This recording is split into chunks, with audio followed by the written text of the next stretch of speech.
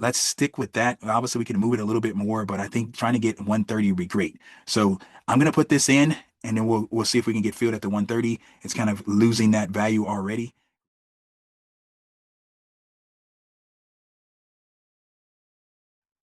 Here at Dorian Trader, we have three different type of short-term trades: the 0DT, the 1DT, and the 7DT.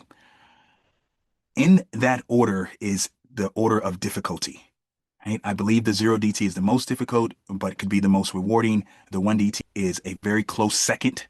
And then the 7DT trade, which we're going to be talking about now, is a short-term trade, but I think it's the easiest one to get a grasp of initially because it's not expiring in one day. You have 7 days for things to kind of play out. And then the way we execute this 7DT trade, it can be at times, for long stretches of time, you can feel like you're literally printing money, that you win and you win and you win just by doing what we call the setup of the trade, how we put it on. And that can kind of lull you to sleep thinking that the trade is super, super easy and that you're only going to print money into perpetuity. But that is not true. No trade is 100% going to always pay you. Nothing is going to be that way. Even treasuries. Eventually, treasuries are not going to, and I hope this is not the case, but eventually treasuries do have some risks.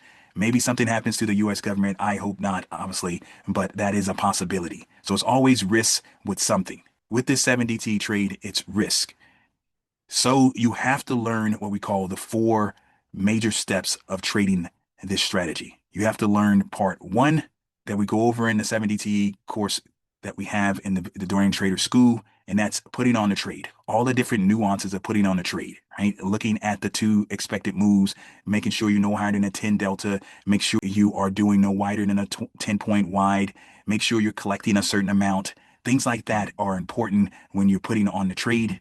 And then understanding part two is reading the trade, what's going on once you have the trade on. Is it time to consider an adjustment? Is it time to take profits? Is, you know, is whatever going on with the trade good or bad for you? And then the part three, which is the most important part, is understanding how to adjust the trade. Right? Because if you can understand how to adjust the trade, this trade really becomes literally almost printing money. Nothing's printing money unless it's the Fed, but it can be close to that, and you can go periods of time that you don't lose. I've went, 3 years in a row. I've went 12 months or more without losing. I've lost three times on this trade, but it's been 12 months in between each of those losses, which is pretty remarkable. And I'm not the only one that's done that. I think Ranjit did something like that, it might even been better than that type of long stretch. I know Awanza has done well with his, and he kind of made his own he added his own 2 cents to it, which is phenomenal. And some of you guys heard me talk about it, and he teaches it on Monday nights with the 7DTE cohort that's going on right now. So, but learning to adjust it will take almost all of the possibility for the market to beat you out. You will have, if you learn to adjust at a high level, you will be winning 95+% of the time. It's just that 5% or so, you have to make sure it's small enough for you can continue to, compound your gains. Before we continue with the video, I just want to quickly point out, if you need any additional help, please consider joining our trading club. You can do that by clicking on the link in the description area, and you'll get a 3-month trial for a flat fee of $60. We look forward to seeing you in the trading club. Back to the video. And the last kind of setup of learning this trade, you guys, is part four that we talk about in the course, that you have to learn how to take it off. It's nuances to taking it off. So, for example, if you had to go to the 0DTE day, like Awanza goes to the 0DTE day often to be able to get bigger percentage gains each week, 4, 5, 6 or more percent in a week when he's doing it. But when you're on that 0DT day, that's the day you have to worry about the bids being zero on the long legs of the iron condor. If that's the case, you're not going to be able to get out of the trade. And so you have to know how to take off as an iron condor. You have to know how to take off as just vertical spreads, the call spread or the put spread, or you have to know how to take off with just doing the short legs that Dr. Meadows kind of teaches with the 0DTE trade. To know how to get out of the trade and know what you're looking at to determine how to get out of it. If you're not looking at the trade correctly, you could be trying to get out as an iron condor, and it can be impossible to get out that way because you have a zero bid on one of the sides. And you can be looking at it and you can say, okay, why is it trading way below my mid price, but I'm not getting filled? That is because what is called those zero bids. So we talk about that in great detail, I think, in the 7DT course. You want to master these four type of concepts. And if you can make money with the 7DT strategy, which most of us should be able to, then it could parlay into the 1 and the 0 DT if you want more possibility for bigger gains, right? Because you can get 1 to 2% on a daily basis with these 0 DT trades and the 1 DT type of trade, depending on how you set it up. So you can get some bigger gains. But obviously, the way Awanza does it, you can get some really big gains with the 7DT trade as well. But you have to hold it into expiration. And some of you might not like to do that, or maybe you can't, or whatever the case may be. You have to kind of form it to yourself. And if you can make money with the 7DT trade, it could parlay into the other ones. Or you can just stay with the 7DT trade for your short-term type of trading. But you want to learn the process because the adjusting for example, is the hardest part to learn. But if you can adjust the 7DT trade, you'll be able to adjust the 1 DT. You'll be able to adjust the 0 DT. You'll be able to adjust everything else that we do here at Dorian Trader because it's all just stemming from the same type of adjusting, right? It's just slight deviations. If you understand the root adjustments, you will be able to understand all the other type of adjustments we do here for the most part. We're going to put the trade on now. Right? We're going to go here to the 7DT trade. But the first thing we normally do is we go to the 7DT calendar. Right? And we can do that from going into our Discord and going to the 7DT calendar here.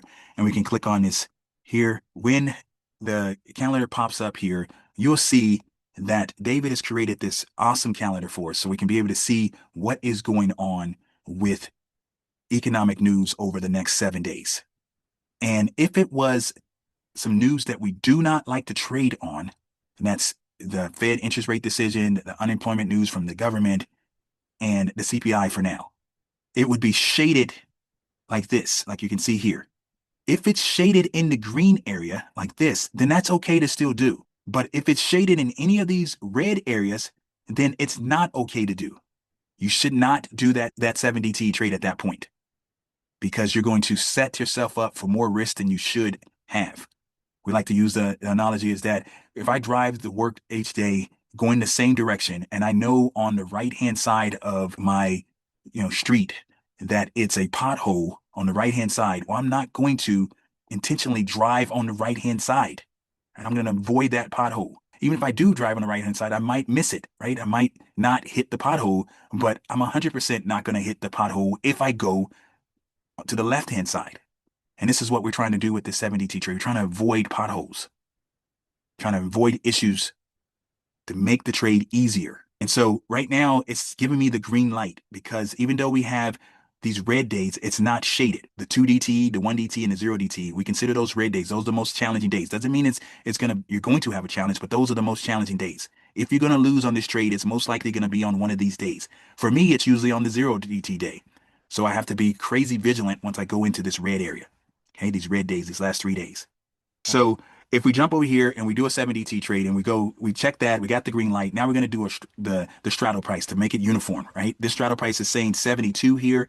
The tasty trade expected move is saying 70 basically. I'm just going to double this 72. So I'm just taking the 72 and I'm timesing it by 2. That's going to equal the 144. I'm going to take that 144 and I'm going to add it to this number, which is the last price, and I'm going to subtract it from there, right? So if I take the 144 and I add 69.45, that's going to take me to 70.89 or 70.90, right? Because we're not going to have an 89. So 70.90 is going to be the call side. That's a 1 delta. We're not going to be that far away, but we're going to do a 10-point wide anyway. We're going to start there just can you kind of get an idea. That's the 2 standard deviation move. On the put side, we're going to take the 144 and we're going to subtract it from the 69.44. That's going to take us to 6,800. And that's probably going to be somewhere around a 10 delta. So yeah, that's a 10 delta. And so in this example here, I would be more concerned about the put side, and we have to make some type of adjustment anyway. We only have $80. One of our rules is to collect at least $100 after fees and commissions. So we're going to have to move this anyway, but we can't move the put side. We can't move it up because the limit or the highest we can go is a 10 delta. So the call side, as you guys can see, with 7 days is at a 1 delta. We're going to bring that up, obviously. I'm going to bring this up all the way to the 7 to start with. Right? And that's going to be probably about 1.5 standard deviations at this point, or 1.5 expected moves. And to go up to there, that's going to give me 145. That's great. 145 is a good amount, but I'm going to move the put side more and see if we can go more than 2 standard deviations. I'm a little bit more worried about the put side. So I'm going to drop this put side to an 8 delta and see what we get. So I'm dropping it into 8 delta, and that's still giving us 135. I'm really comfortable with that call side, so I might keep it here, or I might drop it down just a little bit more, and that's still giving us 135. So I like this trade here on the put side here, because that's 67.75 minus what it's currently trading at 69.44. That is 169 points away. That's more than two standard deviations away from where it's currently trading at, right? So let's stick with that. Obviously, we can move it a little bit more, but I think trying to get 130 would be great. So I'm gonna put this in, and then we'll see if we can get filled at the 130. It's kind of losing that value already really fast. So let's just see if we can get filled. And I'm gonna count to five: 1,000, 2, 1,000, 3, 1,000, 4, 1,000, 5, 1,000. We're not gonna get filled at that. So I'm gonna drop it down to 125, and we should get filled right away if that's correct.